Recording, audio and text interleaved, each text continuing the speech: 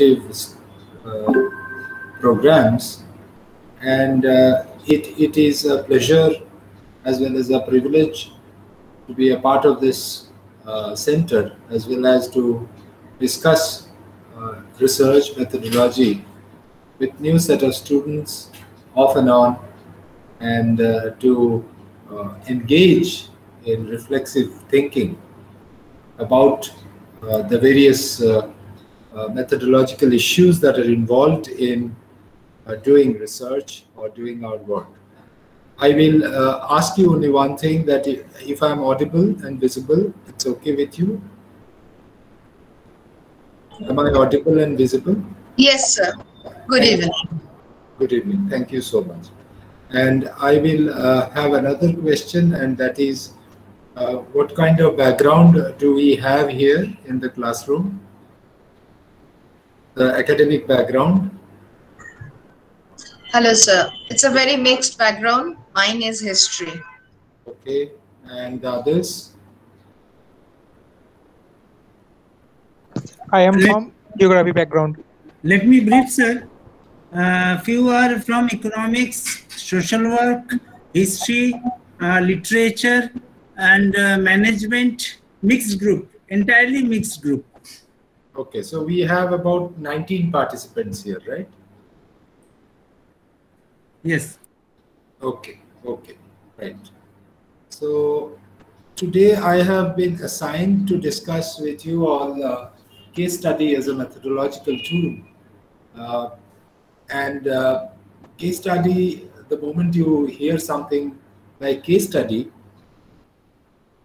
this has become very fashionable. The terminology case study has become very fashionable, especially if we look at the management books and various other textbooks where examples are told as case study or captioned as case study, whereas in reality a case study is a completely technical, complicated methodological tool that empowers us on the one hand, that gives us a lot of insight. On the other hand, it also creates challenges for the researcher concerned, and therefore it is not something to be taken lightly. It cannot be diluted as an example of any event or an occasion, and it is very important to remember that when we are doing methodology, or when we are in the process of doing a research, it is like a particular kind of investigation that we adopt to proceed with. It is the basis or the philosophical examination of the various suppositions and principles and the justifications for the methods and techniques associated with a specific approach to investigate the social world is something can be defined or can be considered as a definition of research methodology. Now, with regard to case study, as I hear that there are people from history, there are people from literature and other humanities subjects, many of you may have come across the term, the concept of case study, and many of you may have studied case study as a tool for research. Now, case studies are often considered to be part of our qualitative research and methodology, and but it is not. It should not be considered that it is exclusive, mutually exclusive from quantitative methods or tools, because it may contain in part or in combination quantitative aspects.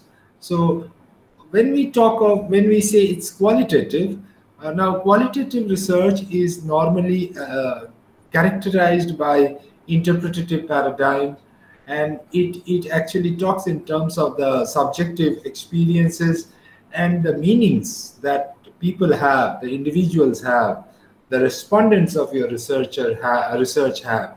So the subjective views of the researcher on a particular situation also plays a very vital part in a case study research and the results that come out of a case study. Now, when we talk in terms of individual's perspective on investigating a situation, a process, a relation, the various paradigms that really inform us are like the interpretative paradigm, the phenomenological approach, or the constructivism as a paradigm, which are the basis of qualitative research and are closely linked with the characteristics of case studies or the definition of case studies. So a case studies, therefore, is more a qualitative than quantitative in nature, but it is not exclusively only qualitative. It can be a combination of both approaches, and the results complement each other, and accordingly the object and purpose of the investigation get fulfilled. So a case study, what exactly would be a case study? If we go by that, then we must remember that it is an examination of these matters related to a case-based inquiry. Now, I will come to what is a case later. It is not however, it is not a very straightforward and complicated process or undertaking because there is no single, we cannot define a single understanding as a case study or a case of social sciences or behavioral sciences, humanities. The way in which each of us define or employ the word or the concept of case study vary. And they vary in terms of researches, they vary in terms of disciplines, they vary in terms of field of study.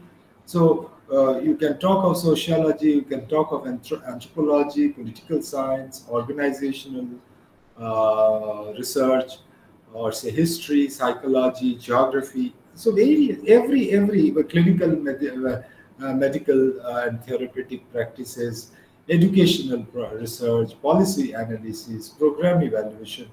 So every kind of research uses case study or adopts the method of case study as a research technique, and there are no actually boundaries or intellectual boundaries, and it is used for comparison as well, because different cases actually differ from each other, and in the process it gives us a comparative situation.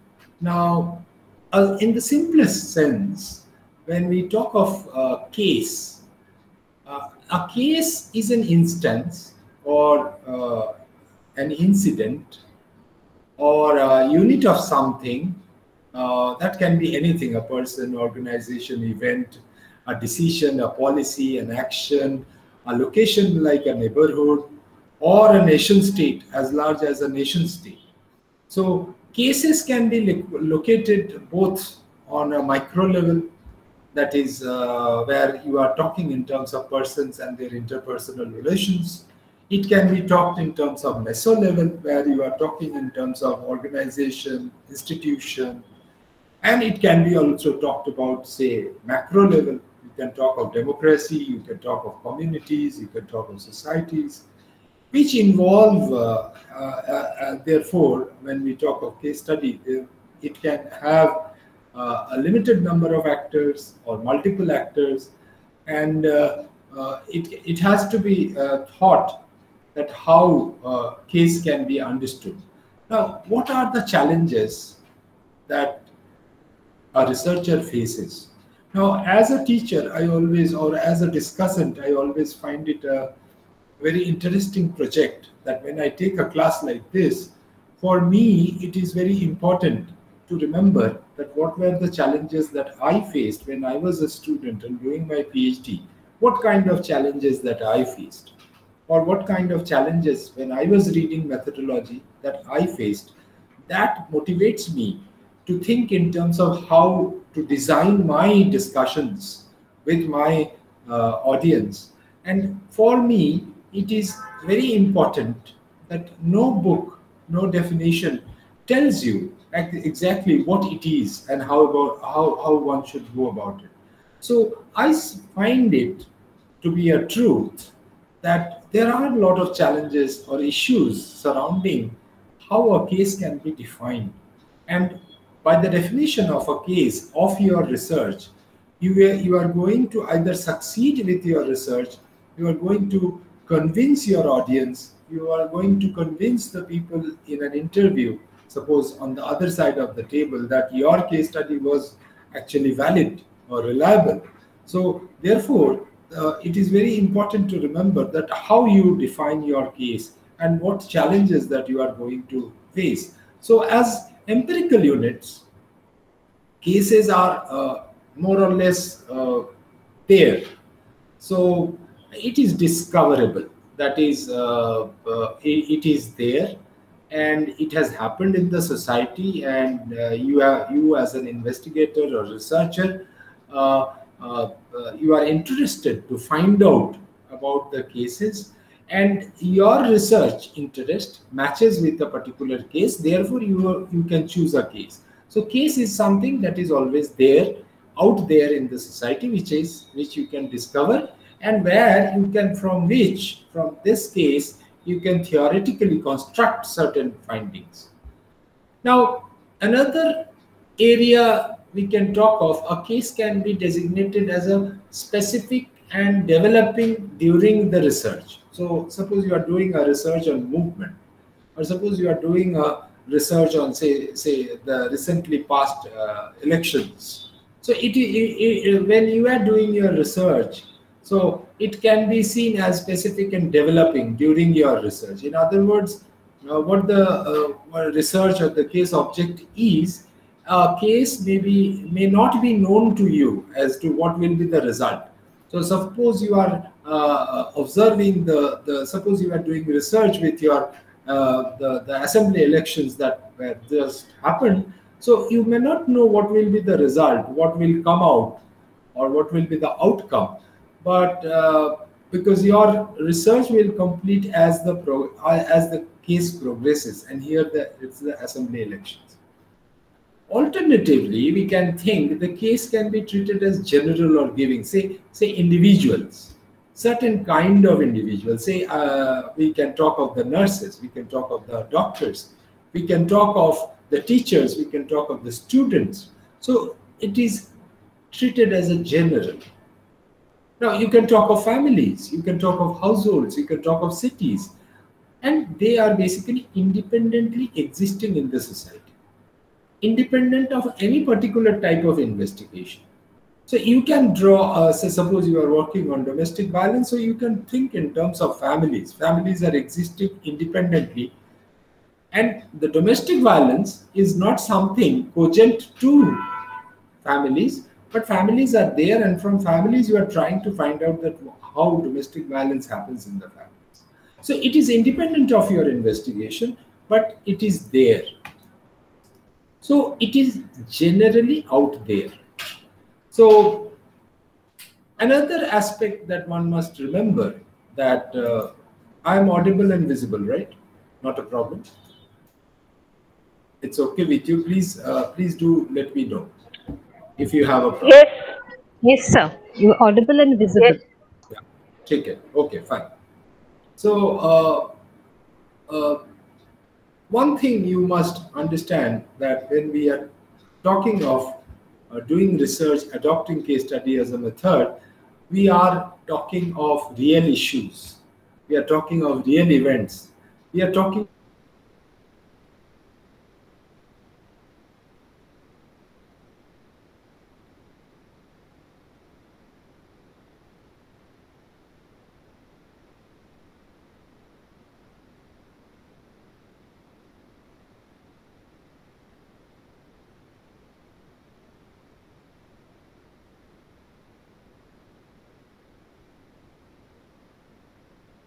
general made theoretical constructs where you can imposed on empirical evidence. Say suppose you are talking in terms of say gender theory is your basis, and you are trying to find out how the relationship within families are gendered.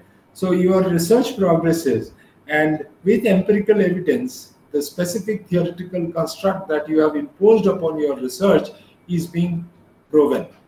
Now, there are also conventions that general theoretical, the theoretical position people have, or product of prior work that is there, or certain kind of external particular research effort that you are giving, certain external normally thought about ideas are checked while you do cases. So cases are complex systems, and the process of casing should be viewed through a critical lens. Always remember that there are events, there are various issues, there are various things that are there, organizations that are there, cities that are there. But how you are casing it for your research, casing it means how you are making it a case for your case study, is a very important thing that you must remember to look through a critical lens. That is, the researcher is dealing with things that are both real in the sense that has happened in the society, and is constructed. That means how it is imagined, how it is projected, how it is seen, how it is perceived. And the realities with these complex properties, that how real it is and how it is perceived, there is a fuzziness, there is a kind of a blurredness.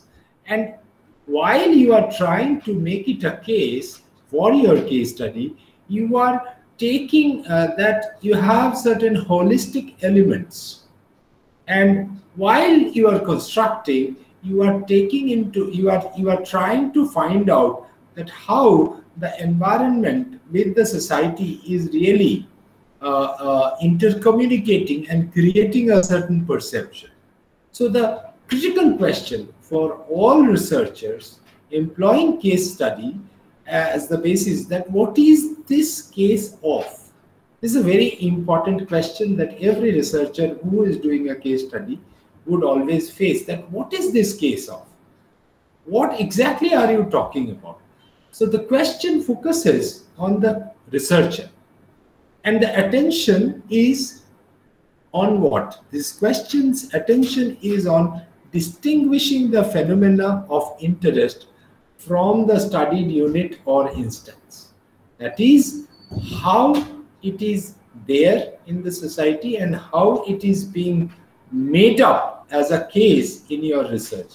The instance or unit, that is how you are going to talk, say, suppose a terrorist event in Kashmir, or say there is a border skirmish, or say there are certain say events that happen in your village. So the key question is, what do we make of this? That is, what is the outcome, or how we perceive it, how we understand it. So what is this case of? For some, it may be a case of failure, intelligence failure, or failure of our defense. It can be a case of how we are making progress, thus trying to defend our country. So for some it is horrible, for some it is honorable. So different perceptions may work. So as we are casing, as we make a case study, how we determine the answer, that what is this case all about, in itself is a research operation. That is, some object, person, event, or so on is made into a case of something at the beginning or end of the research. That is, this process involves an argument linking the concepts, theory, data, evidence. In this way, the cases are actually defined or understood. Now, in an in-depth study of a single unit in a relatively bounded phenomena, so suppose you are doing a work in a border village, and you are comparing it with a village which is far from the border.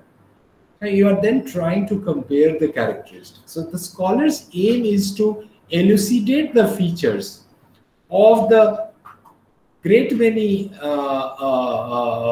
features of social phenomena that are there happening in the border village and not so distant village. So you are trying to compare here, but you are doing a very in-depth single unit study. So single unit in the border and single unit from the far from the border, so you are comparing. And it can be also that you are doing a study in a single unit village only, or a society, or a say, suppose you are doing a work on a mall, on a single mall that has come up, say, suppose in your community or in your city, and you are trying to find out. So you are studying in depth.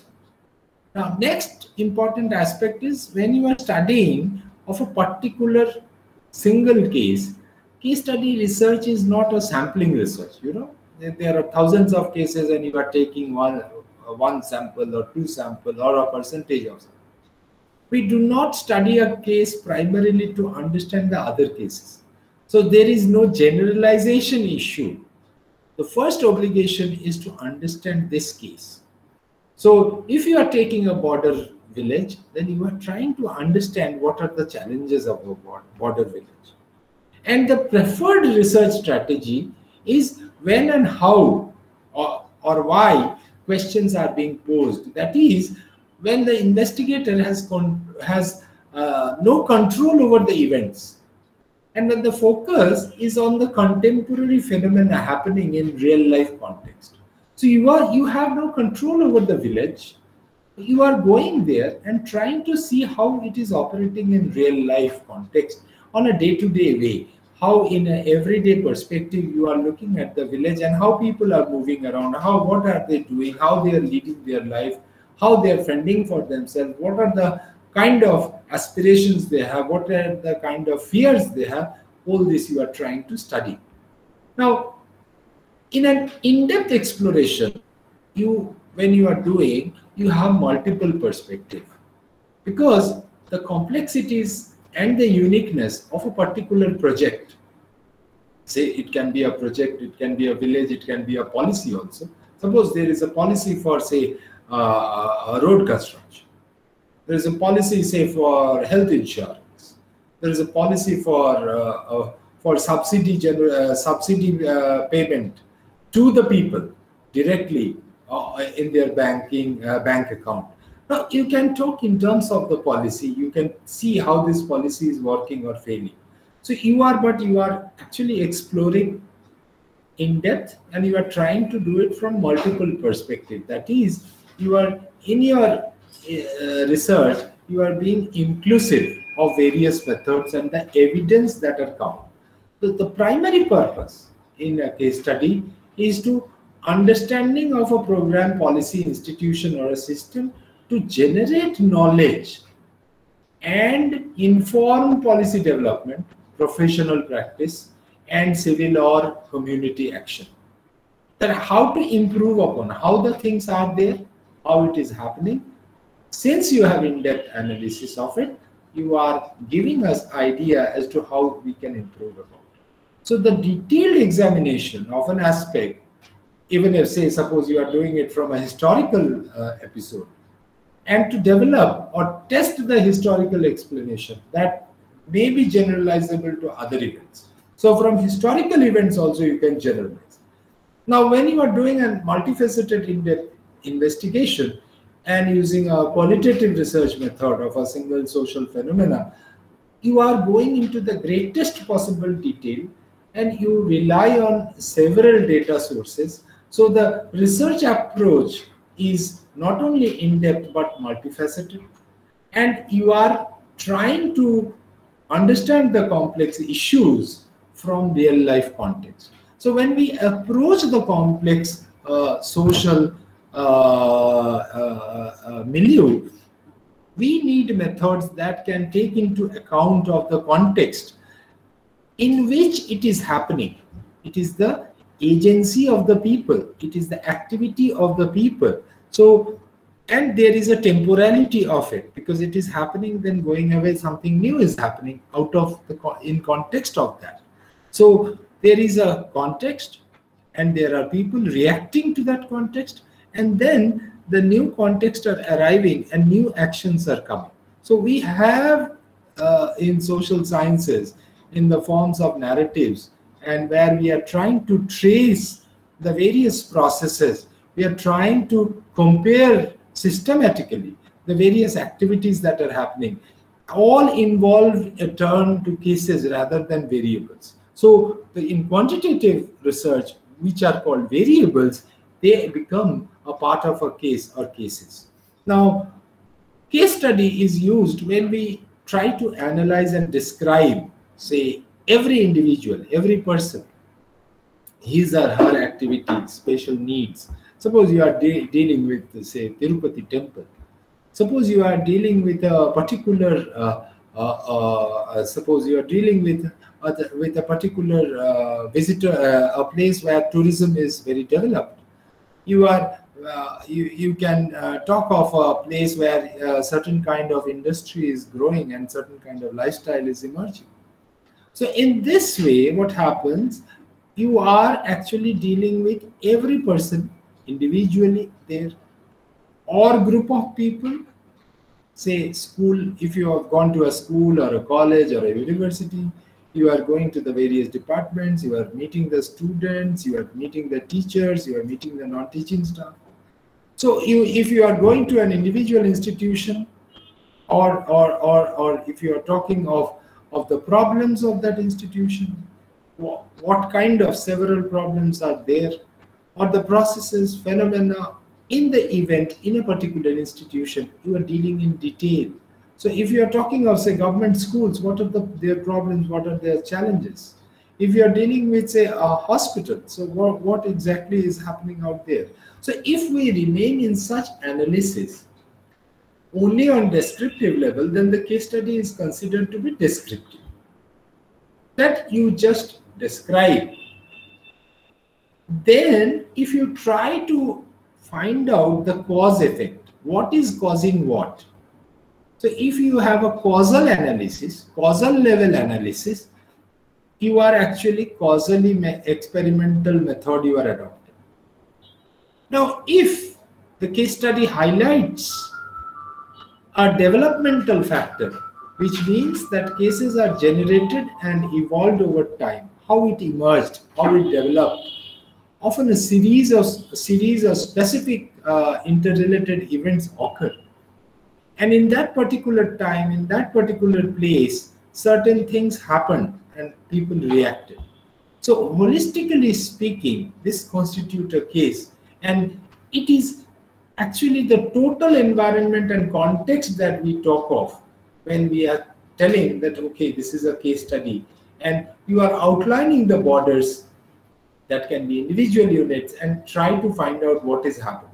So if you are studying a social phenomena, you are doing it within the boundaries of one social system, or within the few social system in which the phenomena is to be, say, studied. Say suppose divorce, or say suppose say dowry, say suppose you are talking of child labor, or say suppose you are talking of communal tension or ethnic issues.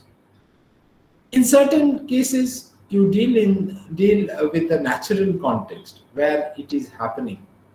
By monitoring the phenomena during certain period, or by collecting information afterward with respect to the development of the phenomena. Suppose you go to Shitalkuchi and find out what actually is happening.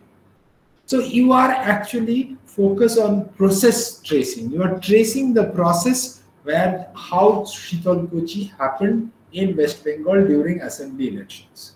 So where the researcher, guided by an initial broad research question, explores the data, and only after some time formulates more precise research questions.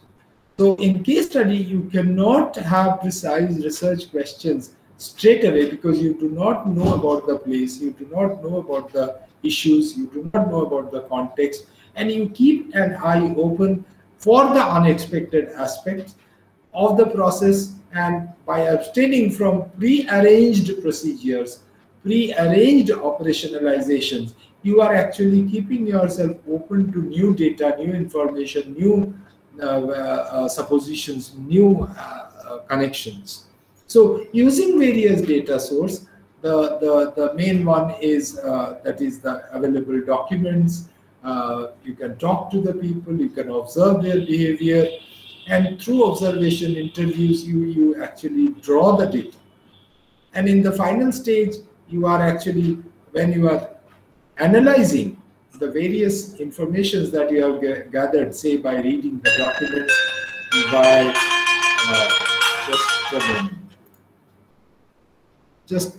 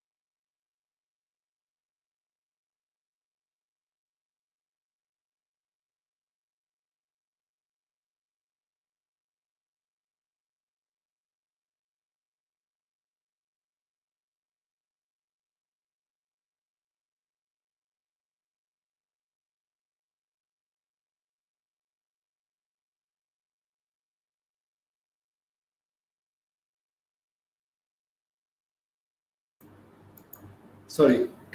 Am I clear till now? Whatever you have, I have been talking. Is it clear? Yes, sir. You have any queries?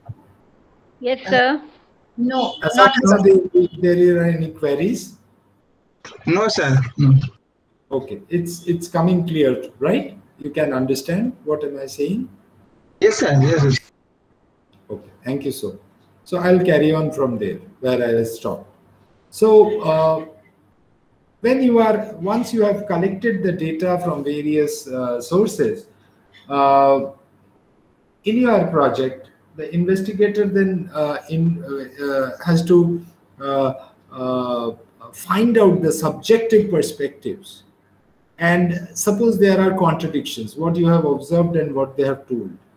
Then you have to actually invite the people, the stakeholders, the stakeholders in the case, suppose in a village. So you have to find out as to which one is the preliminary research, your conclusions, your findings are to be confronted with them so that you have the truth in front of you in order not only to write a report, it is not for the solid base of a report, but something to clear up the misunderstandings or to find out as to where you have not understood or understood better, or the internal social relations that are there that are not they do not reveal it, but it is coming out from your observation. So then you can confront them and find out and ameliorate the position, the internal social relation, and you can write in your report that, okay, because of this, certain kind of issues are there within the members. So what we see that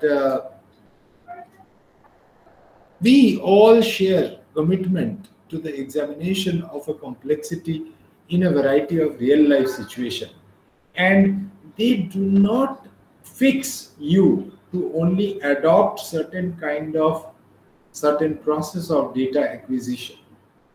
For you have to have a complete view about your field and what you are trying to do. Only then you will be in a position to actually find out as to how you can build your work, or how you can proceed with your work, or how you can do things that are actually possible for you to do. Otherwise, you may be fixated with certain kind of singular finding, singular understanding. And once you have understood that what a case would be or how a case is, you must remember that there are certain kind of misconceptions that is there with regard to case studies, because often case studies are perceived to be limited in their ability to create new knowledge.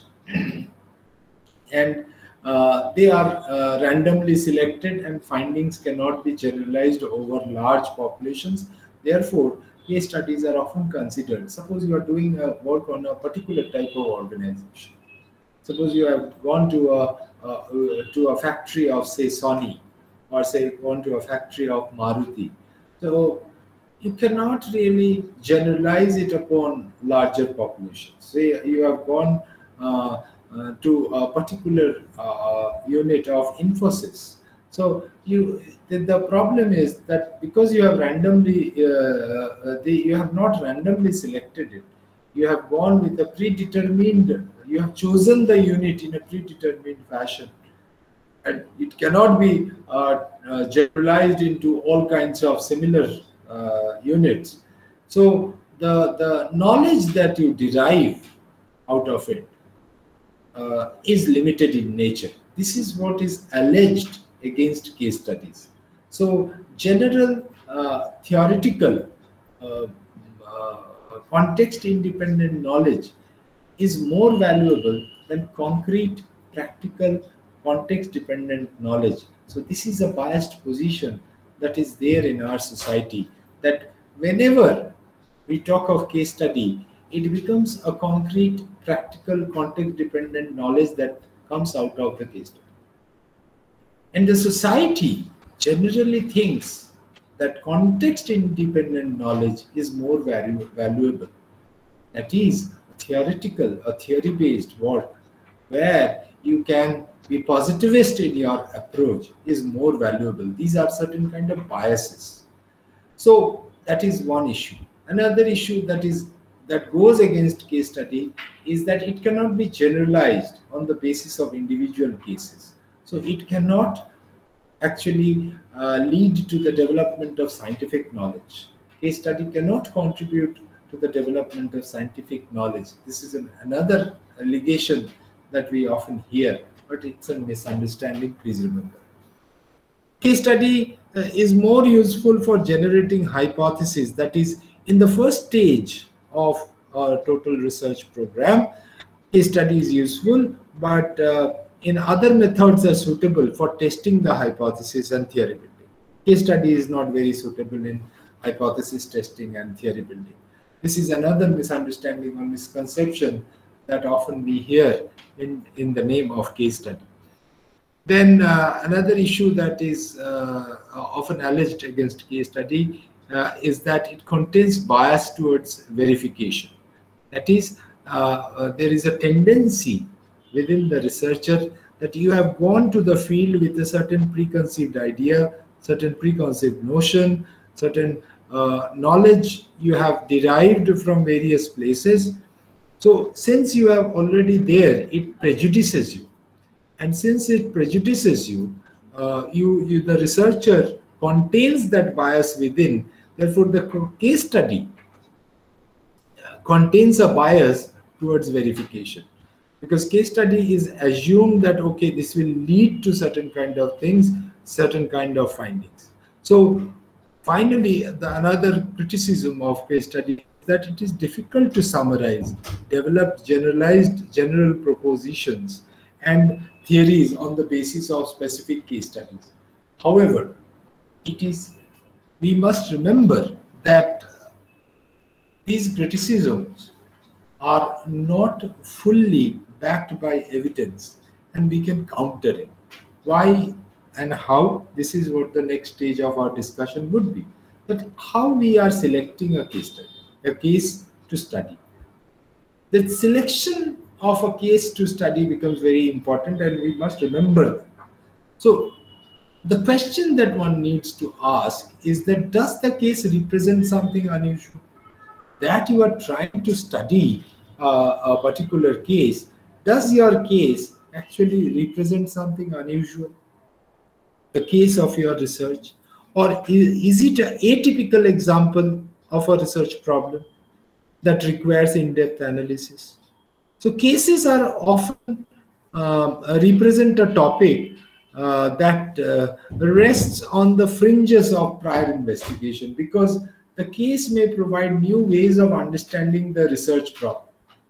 So, for example, if the research problem is to identify, say, strategies to improve policies that support girls' access to secondary education in, say, a predominantly Muslim locality, Muslim population in a locality, you could consider using a particular locality in the city or the region or state as a case study, rather than selecting a whole city or a region or a state.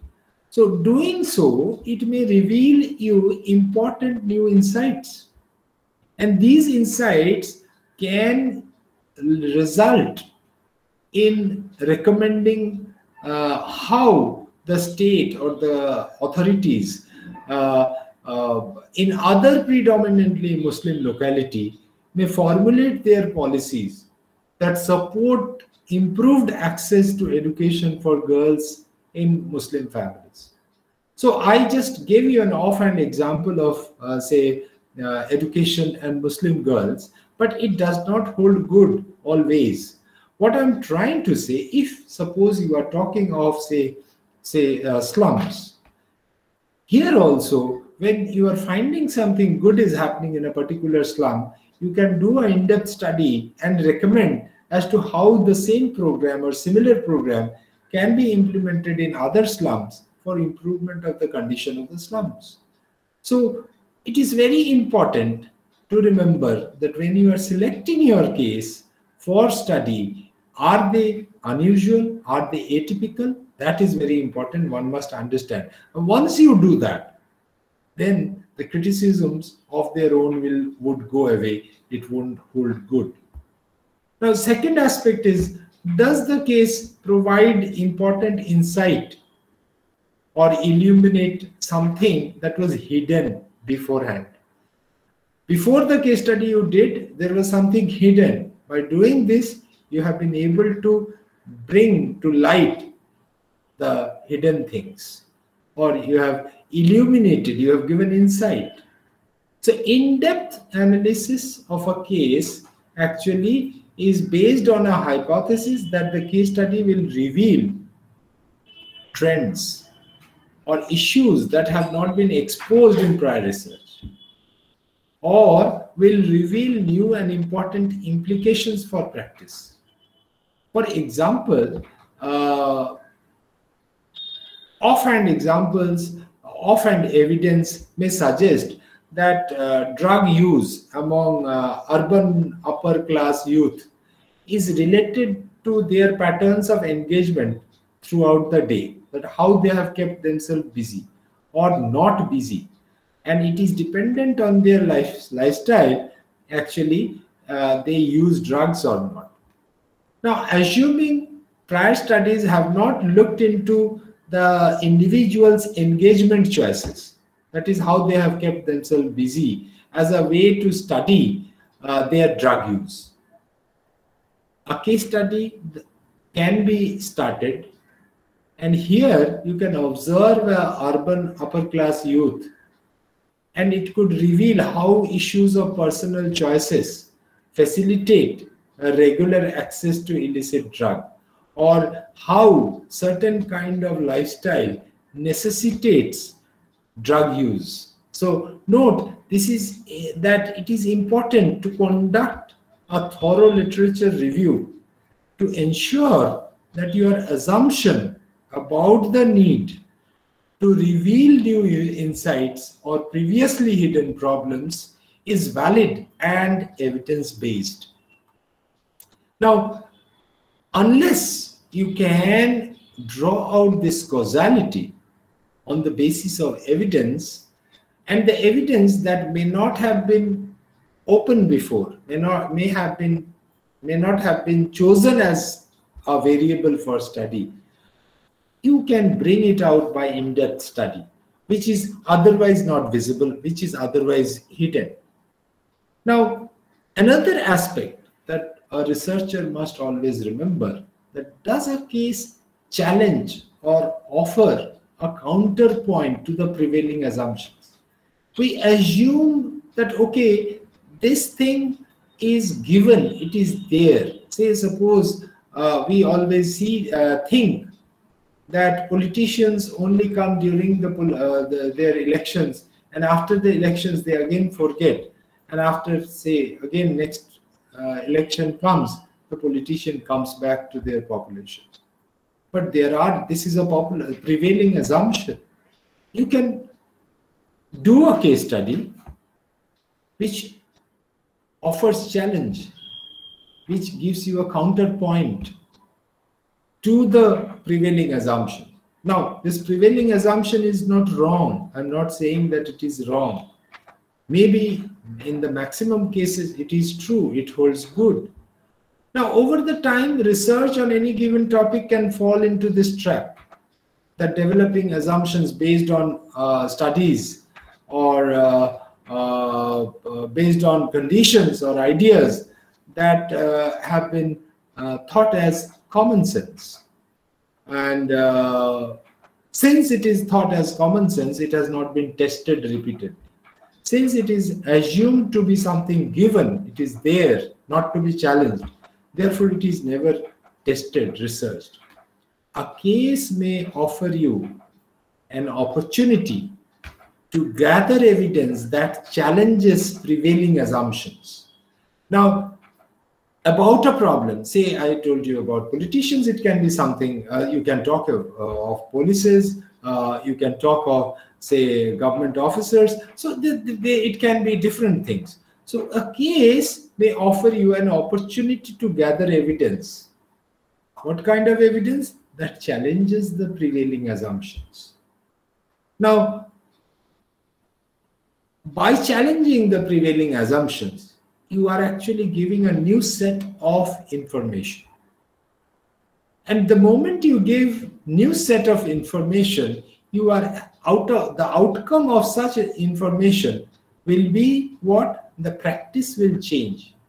People will think differently. People will operate differently. Now, for example, there has been a long practice among scholars to apply a particular theory in, say, explaining the relationship between two subjects of analysis. Now, when you are doing a case study, you are challenged this assumption by innovating a new theoretical framework. It can be borrowed, it can be from another discipline, it can be from another aspect. To your case study, you are borrowing maybe, but still, you can explore whether this approach offers you new ways of understanding the research problem. So, taking a contrary position, taking a position which is not subscribing to the prevailing notion, is one of the most important aspects or ways that new knowledge and understanding develops. And the existing literature gets changed, gets augmented, gets improved, and new layers of knowledge and information comes into being. And case study offers you that opportunity that otherwise is not possible if you are doing, since in case study you are doing a 360-degree research, therefore it is offering you such an opportunity which is otherwise not available. Now, another aspect that a student who is a researcher needs to remember, that does your case provide an opportunity to pursue action leading to the resolution of the problem? So it's a kind of an action research. But when you are choosing a case study, how suppose when you are choosing a case study, how the results from investigating a particular case may result in findings that reveals ways in which to resolve an existing or emerging problem. Say you are studying the case of an unforeseen incident. Say suppose accident, a railway accident, or road accident, road crossing accident, railway crossing accident. There can be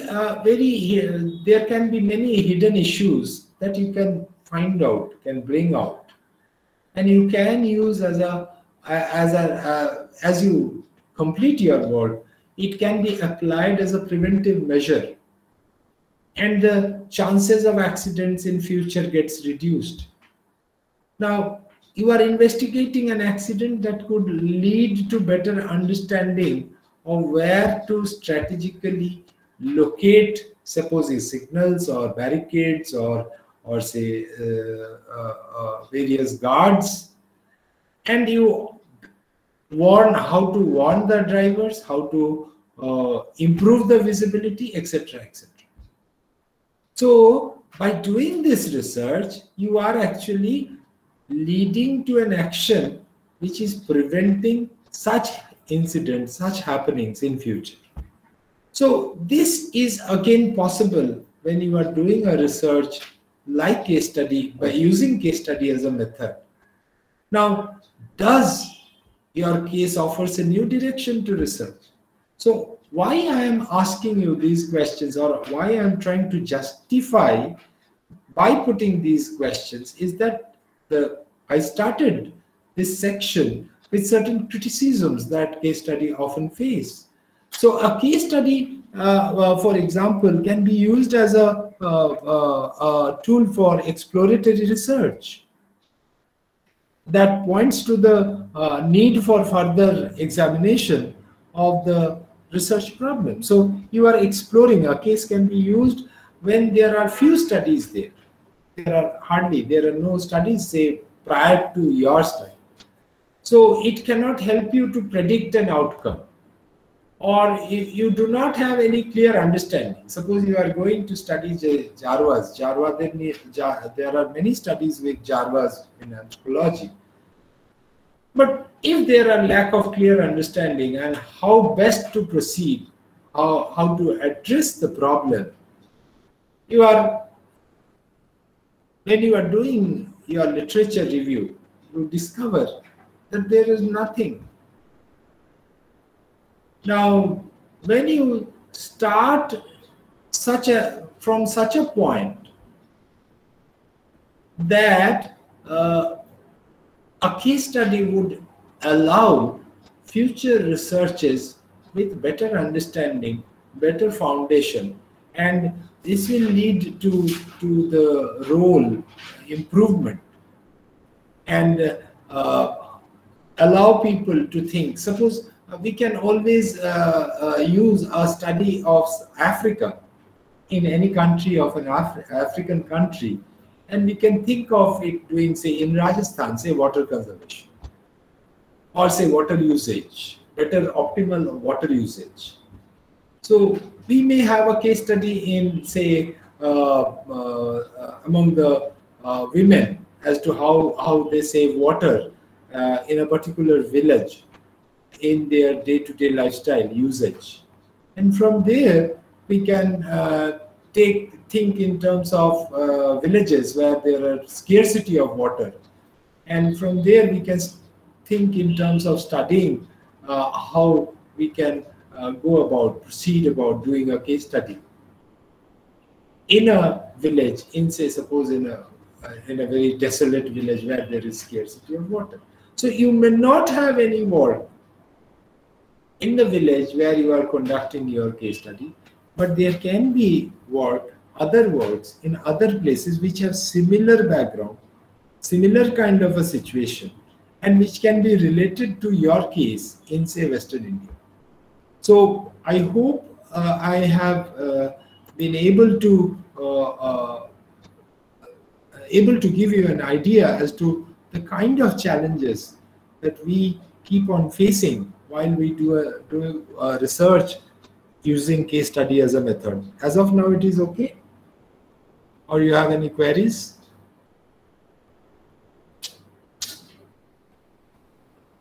Any queries or any questions? Okay, then I can proceed. Great. Now, what are the general guidelines undertaking a case study? How one should proceed? Case study endeavor to undertake a detailed contextual analysis of a limited number of units, their conditions, their relationships, That is, you are talking of limited number of people or events or organization, limited units. You have to look at 360-degree all conditions around those units. You have to understand all types of relationship around those units. In such an investigation, the object is to study in depth by using various data gathering methods. Because by using various methods, you can produce evidence leading to the understanding of the phenomena, as well as fulfilling your research objectives that unravel a limited number of events, conditions, and their interrelationship. A key strength of our case study remains in its using multiple sources and techniques of data collecting processes, which is not otherwise allowed in other kinds of research. Because you have already, when you are preparing for a case study, you determine in advance what evidence to gather and the analysis technique to be used with the data for fulfilling your research objective. Data is collected in qualitative nature mainly, and at times supplemented with quantitative data. So researchers need to carefully observe the object of case study and identify the causal factors, cause effect, the relationship, the causes that results in certain kind of outcomes. So causal factors associated with the observed phenomena. So what are the various causes? What are the various results of what you are observing? And how renegotiation takes place? Because in our society, there is no stagnancy. People continuously renegotiate the arrangement. They change the arrangement. As we do in our household, we change our places, we change our, say, furnitures, we change our place of our books. Similarly, in society, arrangements are continuously renegotiated. And by your in-depth study, you actually find out how frequently such renegotiation takes place and what is the basic purpose or main purpose of the renegotiation, how arrangements are normally done. So it is felt that to understand the underlying rationale, the logic, the basis, causality, the underlying rationale, the underlying theory, the relationship in the case study can be understood only if the collected data is continuously re-examined. What you are seeing, what you are observing, what you are telling, what you are talking, you have to continuously re-examine so that you are actually corroborating itself in the field while you are doing the research. So you have drawn some data. That data needs to be corroborated continuously.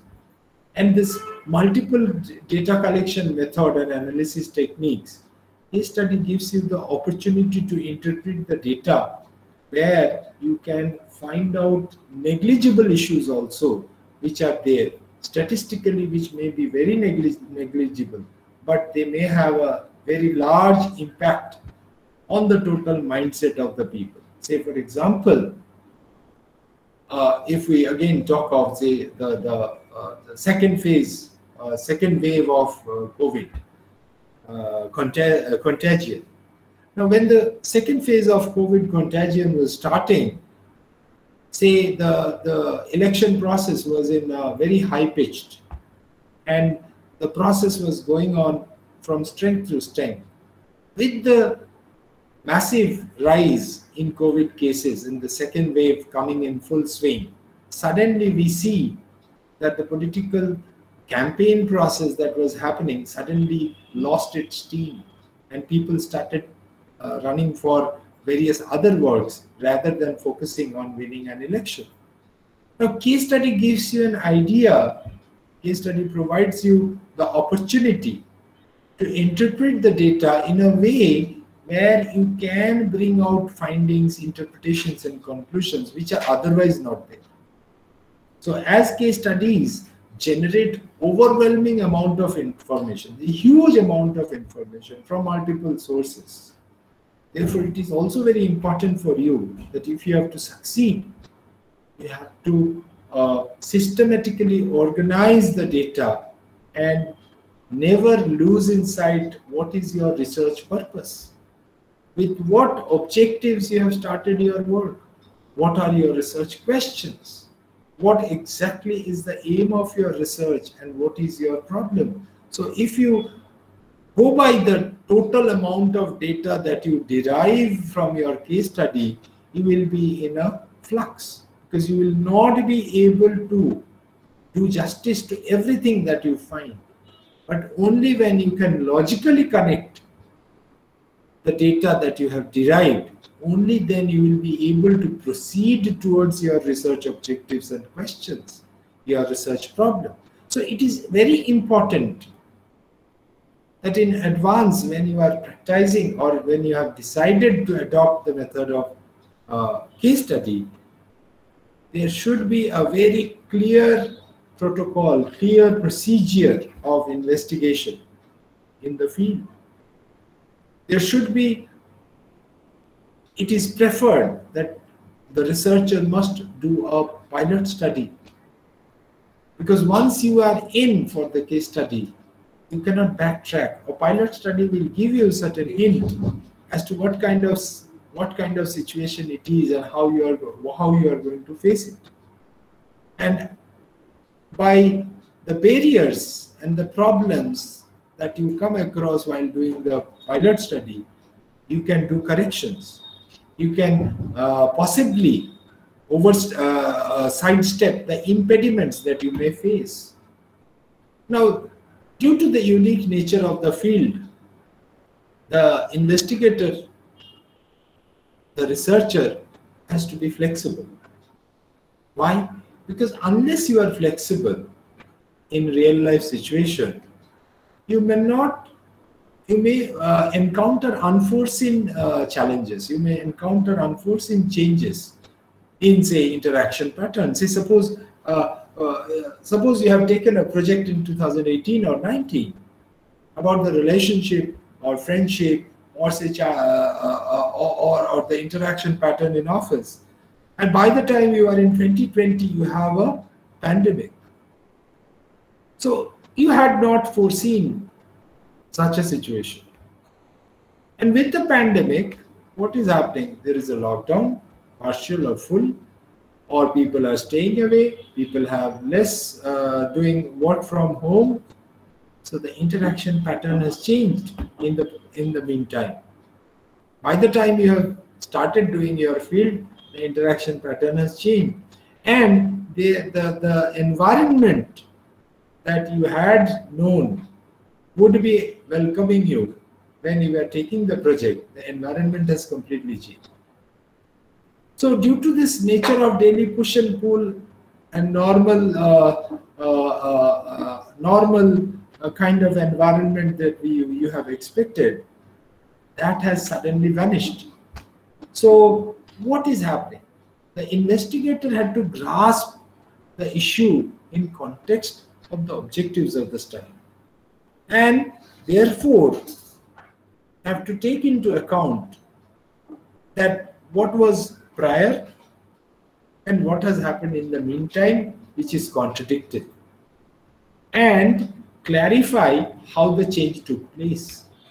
So it is not that because the pandemic has happened, you have to change your research project. Because the pandemic has happened, your research is wrong or cannot be proved. It's not true. You can always bring out the difference and highlight how it can be how it gives you insight as to the interaction pattern prior to pandemic and after pandemic. So the investigator have to be sensitive about the fact that the cases, despite of their faith and rapport with you, may have an unsurety about the purpose of your study, of your research, or what will come out of this study.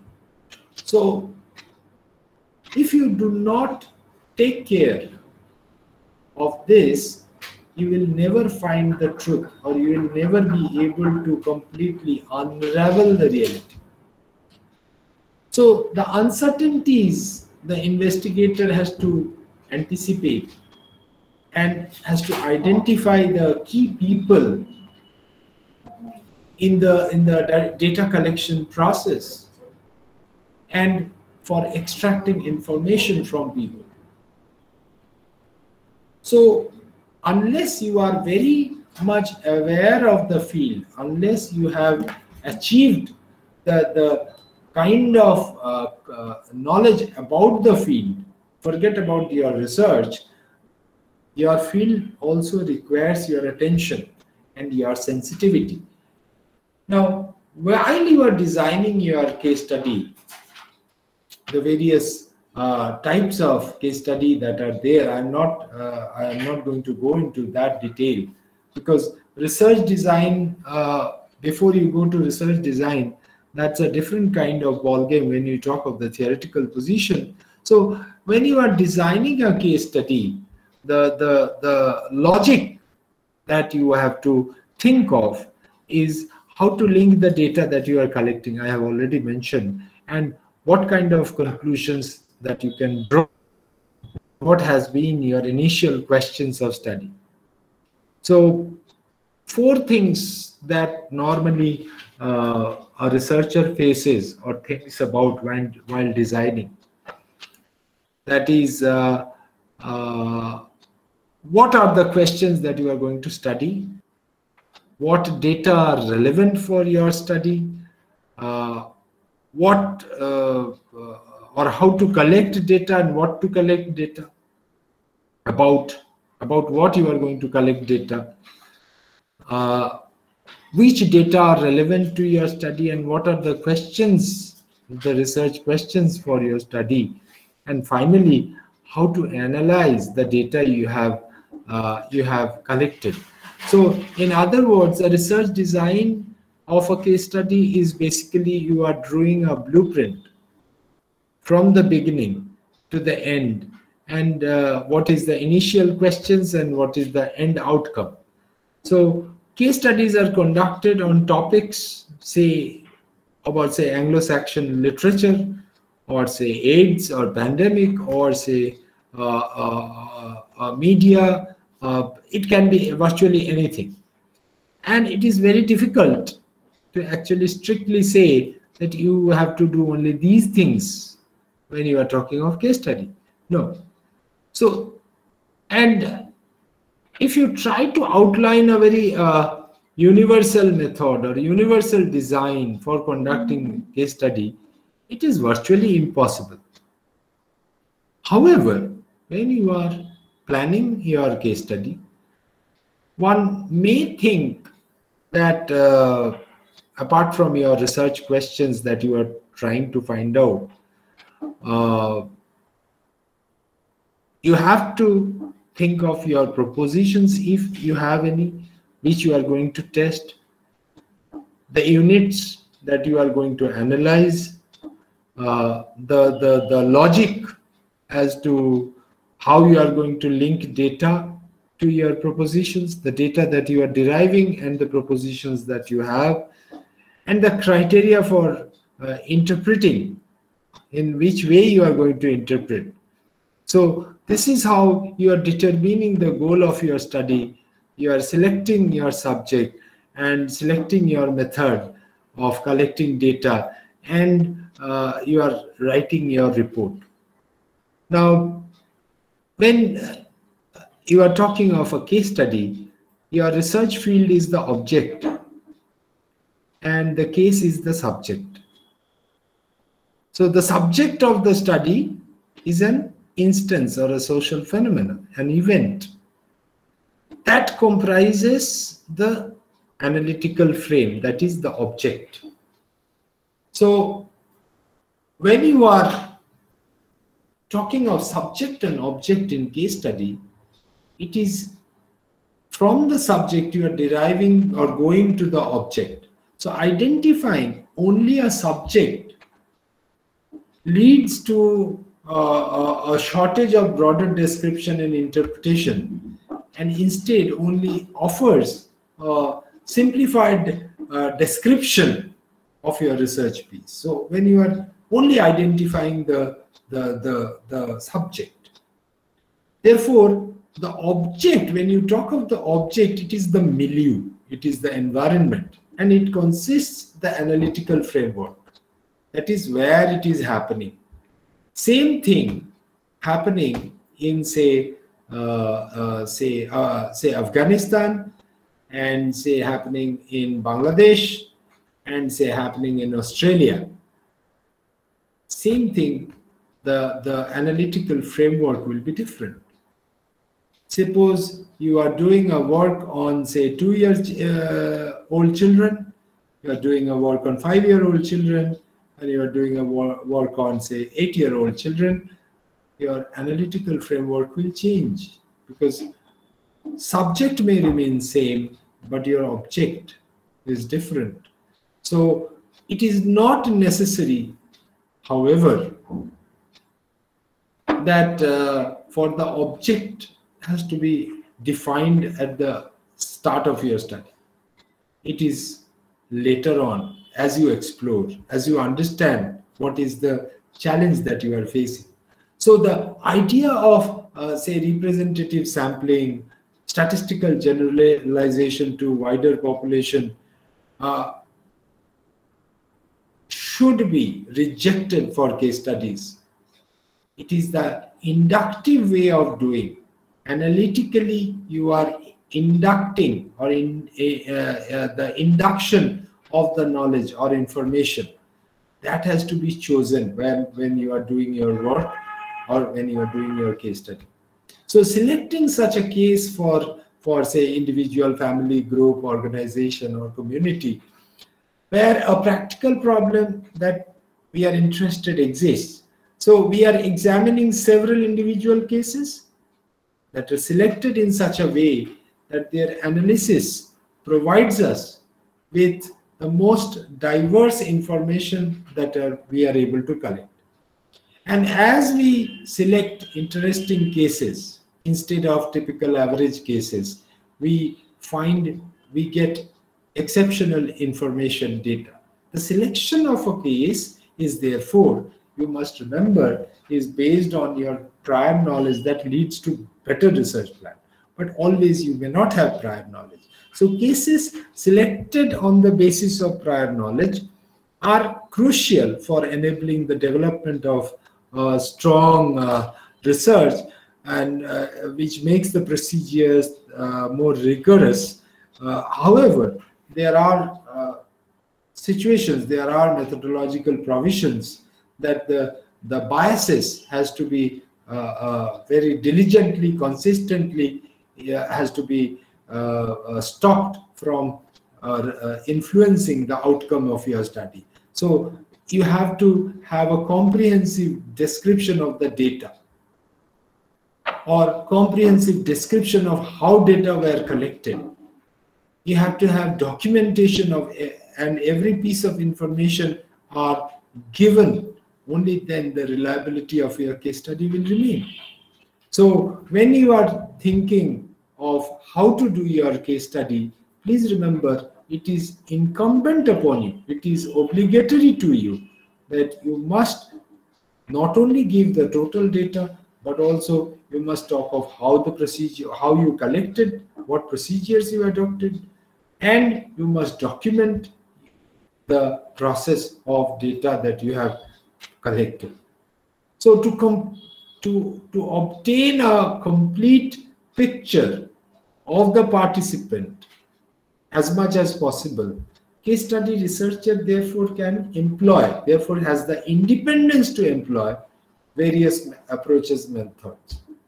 And to obtain this complete picture of the participants in your case study, he or she can use interview, protocol analysis, field study, participant observation. So case studies can use when you are talking of limited number. Therefore, you have sufficient time and resource to devote to even to a single case. You can go often, see them, talk to them, find out about them. You may collaterally talk to other people. So it is important that the participant, since their numbers are small, they represent the diverse cross-section of the case. That is, suppose you are doing a case in a community, so the participants, they must represent all cross-section of the community or the village. So but one must remember that it is not always very important. So you need to do sampling? No, you don't need to do sampling in case study. Now, there are various ways that you can collect data in your case studies. That is, you can do document study, you can do archival records, you can, I don't think you need to discuss this because they must be differently dealt with in this course. There can be interviews, there can be direct observation, even you can have participant observation, you can talk in terms of artifacts that are used. Suppose what kind of, if you go to a household, you are not going to ask anything, you are only going to chart what are the furnitures there, what kind of electronic gadgets are there, say what kind of utensils they use, how do they keep their toilet clean, how do they keep their kitchen clean, and you come back. And by looking at the kitchen, by looking at the toilet, by looking at the various furnitures, looking at the various kinds of electronic goods being used, the kinds of vehicle used for local transport, all these gives you an idea about the financial condition of the household, the kind of work they do, the kind of food they eat, the kind of lifestyle they have, what kind of comfort zone they live in. All these factors would come out naturally. So you may not always talk in terms of individual and collecting data from them. It is the artifacts that they use are also there. Artifacts can be used otherwise also in archaeology, in history, it is used. But in our case, in the real sense, in today's sense, when you talk the artifacts or the use, the consumption behavior, suppose you do not do anything else and you only ask them what kind of goods they buy, what they buy for their household use, what kind of special purchases they make during certain kind of familial occasion, certain kind of religious festivals, certain kind of functions that they think are necessary. So all these things, the purchase items becomes a list which gives you an idea as to how you are going to do your work or how you are going to find out about the condition of the family. Now, when you are going to organize and present your data in a case study, it is very important that a researcher try and begin their case studies expecting to look for a particular observable characteristics.